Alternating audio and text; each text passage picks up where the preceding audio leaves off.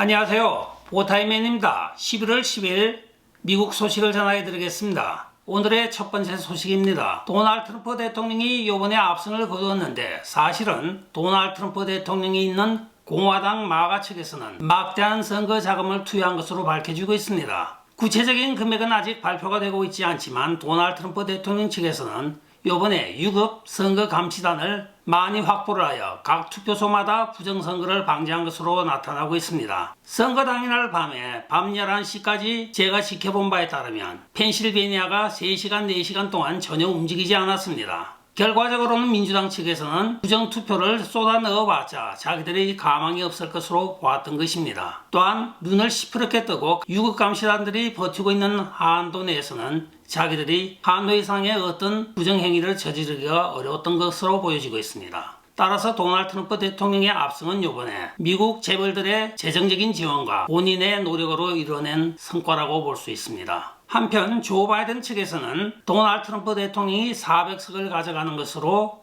분석이 되어 있었습니다. 우리가 아쉬운 것은 미네소타와 버지니아가 왔으면 우리가 2차적으로 확언하였던 335석까지 딱 확보가 되었을 것입니다. 하여튼 어떻게 됐든 간에 270석 이상을 확보하여 당선이 확정된 도널드 트럼프 대통령 축하드립니다. 우리 많은 청취자들이 이번에도 부정선거가 있으면 어떡하나고 마음을 많이 졸였는데 결과적으로는 유급 선거감시단원을 많이 배치함으로써 스윙 스테이트에서 그만큼 부정행위가 많이 줄어든 것도 당선의 한 요인으로 볼 수가 있겠습니다. 다음 소식입니다. 민주당에서는 지금 대법관 한 명을 사임하라고 압박을 가하고 있습니다. 소니아 소토마이어 대법관을 민주당 측에서는 당뇨병 합병 증세에 연령이 70이 넘었다고 하며 사임을 압박하고 있는 것으로 나타나고 있습니다. 오바마가 임명한 그녀는 바로 자유주의적인 판단으로 대법관에 임명이 되었던 것입니다. 근데 민주당이 이번에 하는 이 꼼수를 보면 기가 차지도 않습니다.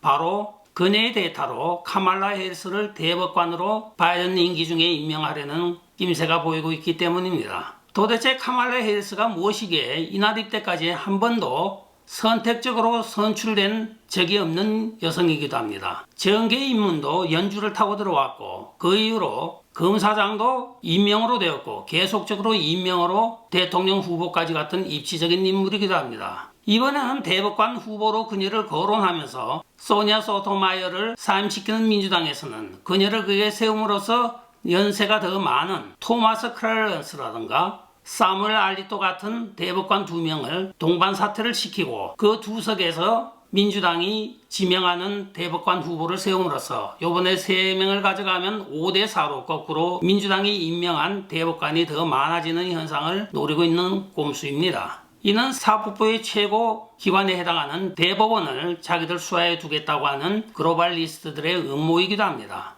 다음 소식입니다. 플로리다주 허리케인 밀턴이 덮쳤을 때 FEMA라고 하는 미국 국립재난본부가 파송이 되었습니다. 거기에 파송되었던 연방관리 한 명이 바로 도널드 트럼프 대통령과 JD 벤스 간판이 붙어있는 집은 건너뛰고 구조작업을 벌이라고 지시하였던 것입니다. 국가적인 재난에 당파색을 띄워 가려서 구조하라고 하는 어처구니 없는 명령을 내렸던 것입니다. 이것이 그때 당시 도널드 트럼프 대통령이 트위팅을 하자 뉴욕타임즈는 이것은 가짜뉴스입니다고 즉시 반박을 하였습니다. 그러나 도널드 트럼프 대통령이 당선이 되자마자 FEMA 본부에서 내부자 고발로 그 문제가 불거지고 그 담당 해당자는 해임을 당했습니다. 그러나 오늘이 있기까지 그녀가 해임당한 지가 5일이 지났지만 뉴욕타임즈는 어떠한 오보 정정이나 사과문도 발표를 하지 않고 있습니다. 이것이 오늘날 언론의 횡포이자 작태이기도 합니다. 1984년도 로널드 레이건 대통령과 지미 카터 전직 대통령이 대선을 각축을 할 때 메인스트림 미디어는 엎치락 뒤치락 한다고 하면서 계속적으로 엉터리 여론조사를 발표를 하였습니다. 그러나 막상 선거 결과가 나타나자 400석에 가까운 로널드 레이건 대통령이 싹쓸이를 하자 즉시 메인스트림 미디어는 오보를 정정하며 우리들의 잘못된 추측에 대해서 사과를 한다고 사과 성명을 발표하였습니다. 40년이 지난 오늘날 미국의 언론의 작태를 보면 기본적인 언론의 윤리마저 잊어먹은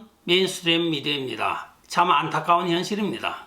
다음 소식입니다. 조 바이든이 도널드 트럼프 대통령을 백악관으로 초대하였습니다. 따라서 오는 13일인 수요일 조 바이든과 도널드 트럼프 대통령이 원형 사무실에서 백악관 미팅을 가진다고 오늘 카렌 장피에르 백악관 대변인이 발표를 하였습니다. 조 바이든 입장에서는 지금 물러나는 입장에서 뒤가 상당히 염려가 될 것입니다. 첫째는 아들인 헌터 바이든, 물론 실세는 자기죠. 그리고 그간에 많았던 실정, 그리고 해외 관련 부정부패, 부정축제에 대한 여러가지 문제가 대두가 되고 있을 것입니다. 나이가 많은 조 바이든 입장에서는 이것을 어떻게든 도널드 트럼프 대통령에게 바지가랑이라도 붙잡고 해결을 해야 될 문제입니다. 안 그러면 큰아들은 죽고 작은아들인 헌터마저 제일에 들어간다고 하면 그 집안의 대는 끊어지는 것입니다. 이로써 조 바이든은 이번에 카말라를 밀 수도 없었고 도널드 트럼프 대통령한테 완전 척을 질 수도 없었던 것입니다. 그리하여 도널드 트럼프 대통령 당선이 확정되자마자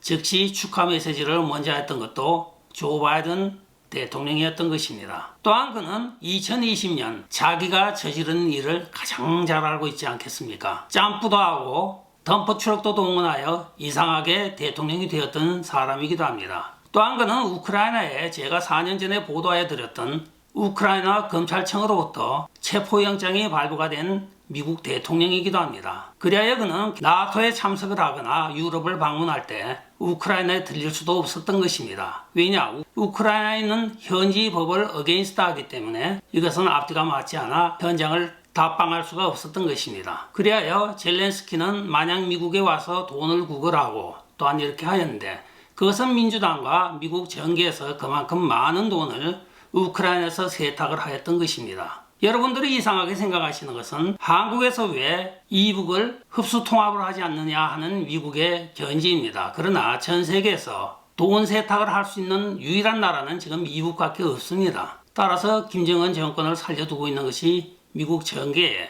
비하인드 스토리이기도 합니다.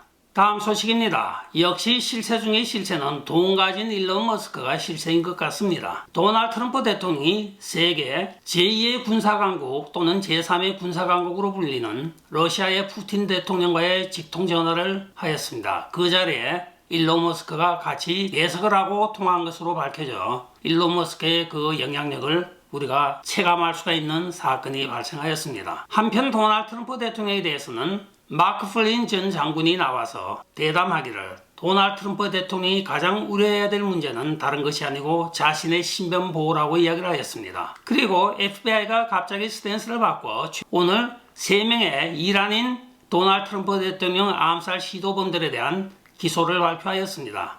딥스테이트의 가장 핵심 포인트인 CIA와 FBI에서 갑자기 스탠스를 바꾸고 있는 것입니다. 결국은 자기들이 아무리 공무원들이라고 하더라도 임명권자는 바로 대통령이기 때문이기도 합니다. 도널드 트럼프 대통령의 신변 안전을 위하여 마라라고에는 지금 수많은 로봇개들이 경비를 서고 있고 또한 비밀 경호원들도 같이 대동하고 있는 것으로 나타나고 있으며 도널드 트럼프 대통령 타워에서는 도널드 트럼프 대통령 양쪽 방에 비밀 경호원들 방 2개가 따로 배정이 되어 있다고 합니다. 새로운 내각에서는 법무부 장관 또한 FBI 국장 등등 많은 사람들이 거론이 되고 있으나 우리가 더욱더 주목할 것은 바로 도널드 트럼프 대통령의 두 아들인 주니어와 에릭이 도널드 트럼프 대통령 백악관에서 일을 할 것으로 밝혀지고 있습니다. 또한 막내 아들인 베런은 이번에 큰 역할을 하였습니다. 바로 베런이 아버지를 부추겨서 팟캐스트에 출연하게 한 것입니다. 젊은 층들의 표를 얻는데 굉장히 큰 역할을 한 것으로 보여지고 있습니다. 세련된 대통령 후보라는 느낌을 많이 주었겠죠. 이번 도널드 트럼프 대통령의 선거 승리는 마가의 지원도 있었지만은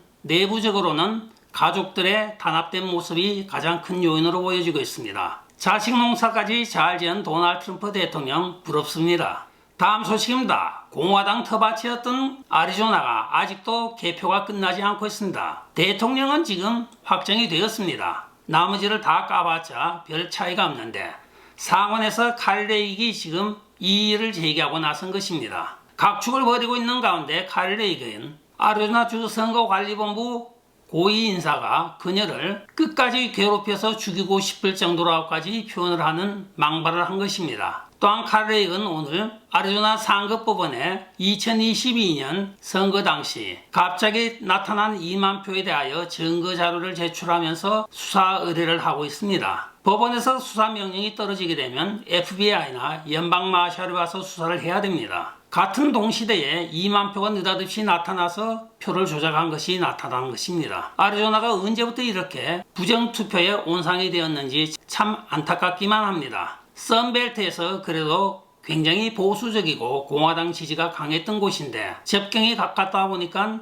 중국에서 생산된 가짜 투표가 아리조나를 통하여 2020년 미국 전국으로 보내졌던 것은 제가 보도하여 드린 바였습니다. 참 안타까운 현실입니다. 끝까지 시청해 주셔서 감사합니다. 지금까지 보타이맨이었습니다. 여러분 좋아요, 댓글, 구독, 알림 부탁드리겠습니다. 안녕히 계십시오. 바이.